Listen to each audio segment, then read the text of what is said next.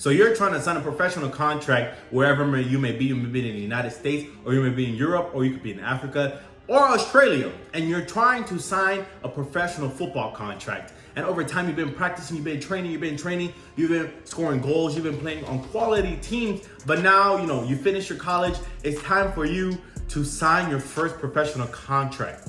You believe you have everything right, but then you come across this one problem.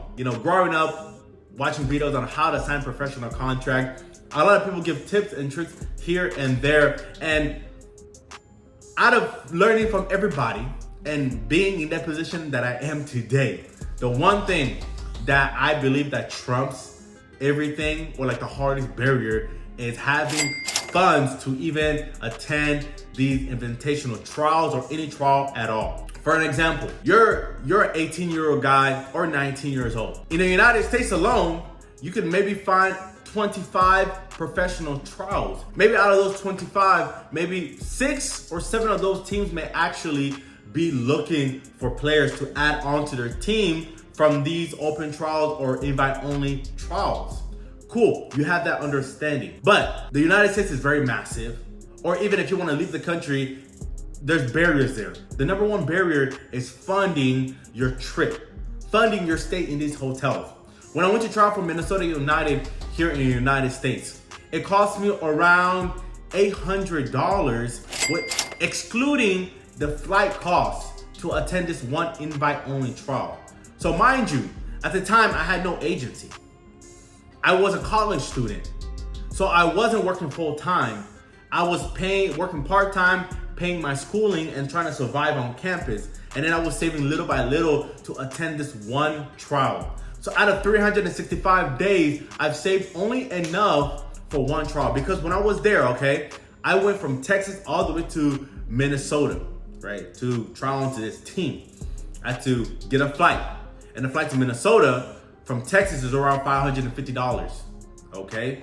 And the thing is, a lot of these invitational combines or trials, they don't let you know until like maybe 2 weeks before you have to head out. So by that time period, ticket prices are already expensive for flights. So you pay $550 to get there. You don't know anybody there. You have no friends. The coaches don't care about you because you're just trying out. So you gotta pay for your own rental assistance or use Uber. But preferably for me, it was cheaper to get a rental because I can go get food, or anywhere emergencies I can leave as wanted. So that had costed me around $250 for those 3 or 4 days I had the car. Okay, and then I had to get a hotel. I tried to find the cheapest hotel that, I ended up paying like $65 a night. Obviously, the cheaper the hotel, the lower the quality, but whenever you're just going on a trial, you don't have a choice. So based off of all of these alone, I was already spending a lot of money for a college student or somebody who doesn't work full-time, because a lot of players chasing a professional contract aren't working full-time.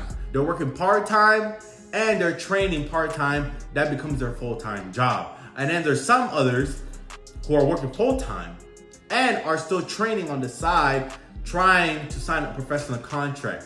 That is the reality of the game. And a lot of players don't have this essential of funding. But there are some kids out there and other people who do come from family who have a lot of wealth, parents who can put a lot of backing into their adventures. There'll be a lot of people saying, hey, you don't need to have money to play professional. You don't need money to be on good academy teams, because if you're good enough, they'll pay for you. Great point. So what happens when there's 8 good players, but they can only cover 1 player? Because the coach still got to feed his family. The team still has to fund itself. They're not going to stop funding the company to place 8 good quality players on their team. They may do it for 1 or 2 players. Same with professional teams. They might pay for 4 invitational players to cover their housing stay. The other 50, you're on your own. You're on your own travel, you're on your own expenses. They're not gonna waste money for maybes. So the point is, if you're 15, 16, and you know that after high school you wanna chase professional contracts, you have to keep in mind that you have to start saving. Either get a part-time job while you're in high school, get a part-time job while you're in college. Make sure you're saving up. Because I would say this, I've only been to a total of 6 or 7 professional trials. It's not because I'm afraid to attend the other 50. It's because I don't have the other 50 funding. If I had the money to go to every single trial in 1 year, oh yeah, I'd be there.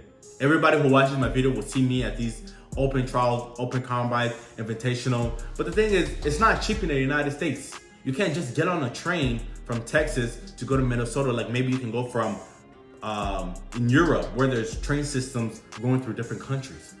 Here, you gotta take a plane. A plane is $600.